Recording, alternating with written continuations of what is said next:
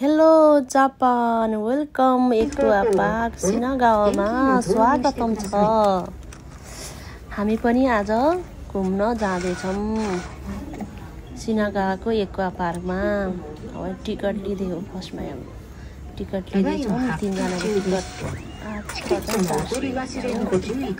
नचल न बाबु। अनि त्यसपछि त्यहाँबाट टिकट नकाटी जान मिल्दैन। टिकट लिएर चाहिँ इन्ट्रीमा देखाएर जानुपर्छ। जाँदैछौँ टिकट आइसकेपछि त्यहाँ देखायो दिदीर मैले यसो सेल्फी पनि खिचौँ टिकटको। त्यहाँ देखाएर भित्र छिर्दा रमाइलो छ पुरा झिलिमिली। मेरो बाबु त कति खुसी भएको त्यहाँ जाँदाखेरि। कति झिलिमिली हो रमाइलो हो। बाफ्रे बच्चाहरूलाई घुमाउन त एकदम राम्रो ठाउँ है।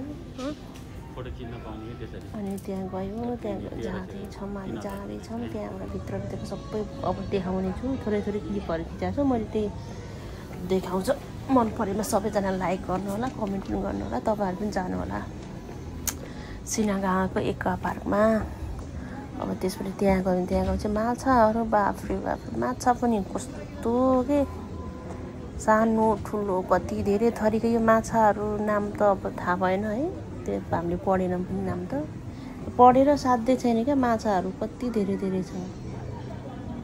कोही ठुलो कोही टिका जस्तो माछाहरू पनि छ है। कति धेरै माछाहरू थियो धेरै थरीको के। बच्चाहरूलाई घुमाउन चाहिँ अलि हिँड्ने बच्चाहरू अब 3-4 वर्षको भयो भने चाहिँ ठिकै हिँड्ने बच्चाहरूलाई चाहिँ एकदम रमाइलो हुन्छ। मेरो त सानो बच्चा थियो त्यो 3.5 महिनाको। अनि त्यही पनि अब बेबी कारमा हालेर लिएर जाँदाखेरि उसलाई पनि अब सानो माछाहरू देखाइदिँदाखेरि कति खुसी भएको थियो। मेरो बाबु पनि धेरै खुसी भएको थियो है। बाबु तिमी पनि खुसी भएको होइन? छोरो खुसी भएको होइन? हेर्दै जाउँ ल। हेर यहाँ हेर यता हेरेर कुरा गर्दै जाउँ। मैले रेकर्ड गर्दैछु यता हेर न। त्यहाँबाट माछा हेर्दै रिमझिम जापानको यो के एक्वा पार्क। यहाँ चाहिँ जापानिजहरूले चाहिँ यो के भन्छ अरे टुरिस्टहरूलाई चाहिँ एकदम यो आकर्षित गराउनलाई चाहिँ कति राम्रो डेकोरेसन गरेको है। अनि त्यसै एकजना बराबर अब बच्चाहरूलाई चाहिँ अलिक कति 2600 हो कि 1500 कति छ। अब हामीलाई चाहिँ 2800 हो टिकट।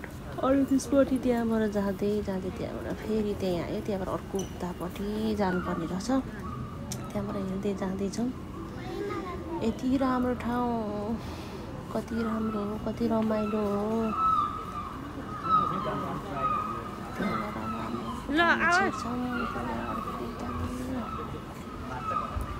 बोला न तिमी भने बोला बाबु बोल्छ न। हजुर बोल्छ न अनि छोरो।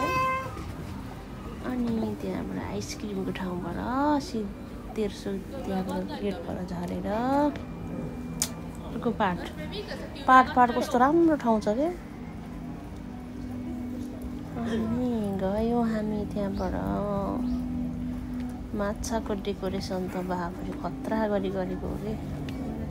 यस्तो दामी माछा छ। अब के हो के झ्याउ जस्तो पनि छ है। समुद्रको सबै कुरा ल्याएर राखेको छ है।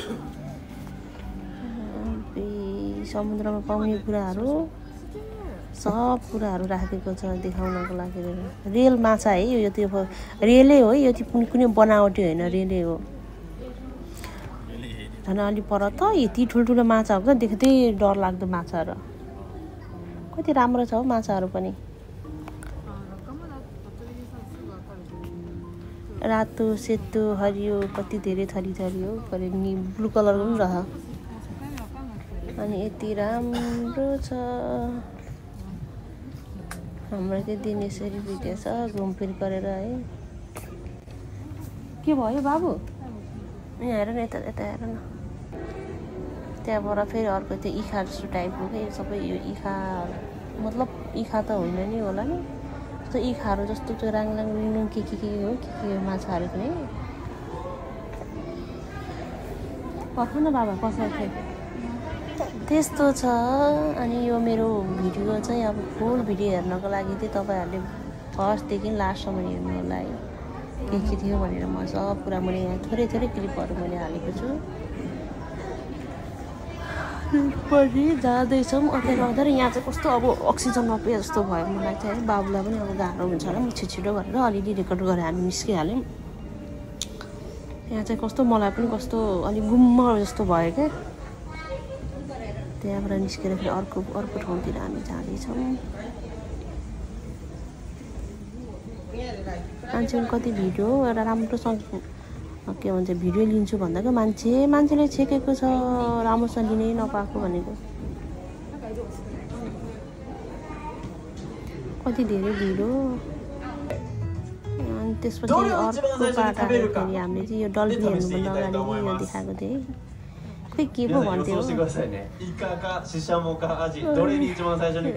फेरि छुट्टै संसार छ बाफ्रे जनावरहरूलाई पनि अब मान्छेले अब जे कुरा सिकायो त्यही त हुने हो नि अनि झन् कति जे सिकायो त्यही दिने रहेछ कि जनावरहरू अब मान्छे जस्तो हुन थालिसक्यो मान्छे जस्तो व्यवहार गर्न थालिसक्यो मान्छेहरू चाहिँ जनावर हुन थालिसक्यो त्यस्तै छ なのでもう好きなもの食べたいものを先に狙っていけます。で今日結構意外な結果でした。はい。いつもは一目散にイカを狙います。はい。ただ今日はなぜかアジでしたね。じゃ間違えちゃったっぽい。間違えちゃったのかな。जनावरले चाहिँ एक्चुअली बिर्सिहाल्दैन तर यहाँ मैले रेकर्ड गर्दाखेरि चाहिँ मलाई याद भएन कि そうならないために僕らは毎日こうやって体を触ってお腹の便秘具合とか張り具合とか見たり怪我してないかというのを見てるんですけれどもやっぱどうしてもね食べない時 अब आयो डल्फिन नाचेको अब क्रिसमसको टाइम छ नि त अनि क्रिसमसको ड्रेस लगाएर त्यहाँ बसेको छ अरे डल्फिन त बाफ्रे भयो पहिला चाहिँ अब यत्तिकै हो र जस्तो लाग्यो त पछिबाट त एकछिन त कस्तो मजाले डल्फिन हेर्दा चाहिँ ओ माई गॉड वाउ कस्तो दामी नाचेको थियो वाउ भेरी नाइस र बाबु हेर त मेरो बाबु कति खुसी भएको थियो हेरेर अहिले पनि हेरेर हेर्दैछ खुसी भइरहेछ वाउ कस्तो खतरा डल्फिन नाच्दिएको है बिदाको बेलामा चाहिँ फ्री टाइममा चाहिँ अब घुम्न भनौँ न घरमा बसिराख्ने मामाहरू त अब यसो भिजिट गर्नुपर्छ है घरमा बसिराख्यो भने के गर्ने है उनीहरू पनि यसो बाहिर निस्किएर आफूलाई मुड फ्रेस गर्नुपर्छ है म चाहिँ बिदाको बेलामा घुम्न गइरहेको हुन्छु कतिले मान्छेलाई बोकेर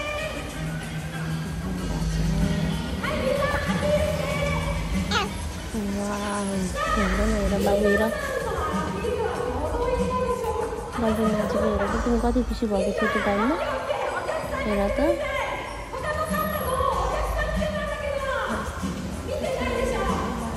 कति रमाइलो कति खुसी मान्छे जस्तैका जे गरे त्यही गर्ने के भने त्यही गर्ने वाउ क्या मजाले डल्फिन नाचेको है कस्तो फ्रेस भयो है कति हप्तै जस्तो चाहिँ म बाहिर निस्किरहेको हुन्छु अब बारीको बाबाको बिदाको बेलामा चाहिँ म एक्लै चाहिँ अब निस्किन्न नजिकहरू तरकारी दिन मात्रै जान्छु अन्त हामी पाहाडको बाबाको बिदाको बेलामा चाहिँ हामी निस्किरहेको हुन्छौँ वाउ कति खुसी मिल्यो कहिलेकाहीँ यसो भिजिट गर्नुपर्छ है मामाहरू घरमै बसिराख्ने होइन है घरमै बसिराख्यो भने मान्छे डिप्रेसन एन्जाइटी भन्ने कुरा हुन्छ भन्छ है त्यही भएर यो टाइम चाहिँ अब रेस्ट टाइम हो यो रेस्ट टाइममा पनि बाहिर गएर यसो आफूलाई मुड फ्रेस गर्नुपर्छ कति ठुलो छ क्या यो एउटा डल्फिन त कति ठुलो छ अरू त अलिक कोही सानो छ एउटा त लास्टै ठुलो छ भनेको डरै लाग्यो नाचेको आफै यस्तो मजाले नाचेको अब अर्को जोडी फेरि भगवान यति धेरै खुसी फेरि आफ्नो ठाउँमा क्या आफ्नो मालिक चिन्ने क्या यो फेरि यो डल्फिनले अब फेरि अर्को फेरि भगवान अर्को अब त्यसले त्यस्तो खिचेर चाहिँ अहिले त्यो 2025 कि 2026 के लेखेको त्यो देखाउँदो रहेछ अनि खुसी फेरि के हो अब त्यो माथि चढाउनु छ चढ्दैन फेरि चढाउनु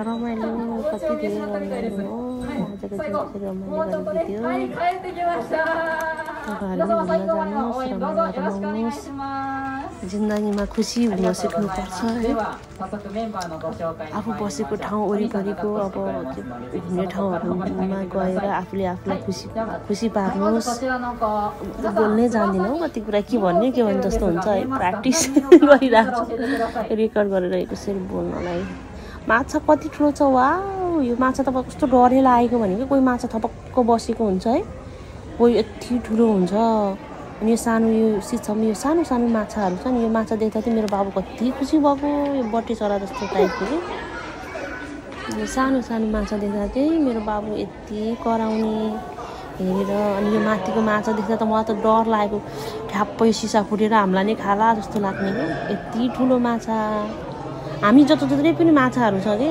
कति ठुल्ठुलो माछाहरू पनि छ कि डर लाग्ने गरी मेरो बाबुलाई यहाँ लाग्दा त कराएर कप्नु होइन कति खुसी भएको ओह अरू फेरि यता छुट्टै संसार छ क्या फेरि छुट्टै संसार छ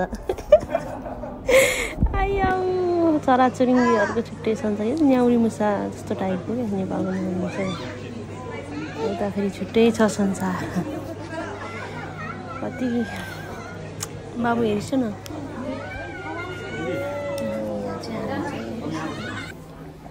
दिन बित्यो है फेरि यता यतै यो साइडतिर माइ गड कत्रो ठुलो माछा हो कि यो त प्रेग्नेन्सी नै छ कि क्या अरे माछा यति ठुलो छ कि यति ठुलो देख्दै डर लाग्दो